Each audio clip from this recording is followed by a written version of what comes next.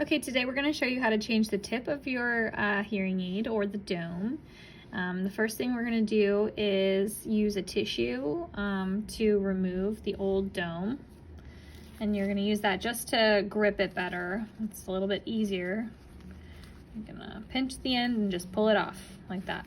Okay, so now that's off. We've got our receiver tip that's empty with our wax guard in there. And we're going to take the new tip, the new dome, and you can see that there's a hole right there that fastens on to the end of the speaker. And you're going to do the same thing, kind of pinch it for grip and push the receiver into the dome. And you'll kind of hear it snap a little bit. And I use my finger just to push and make sure it's all the way on there.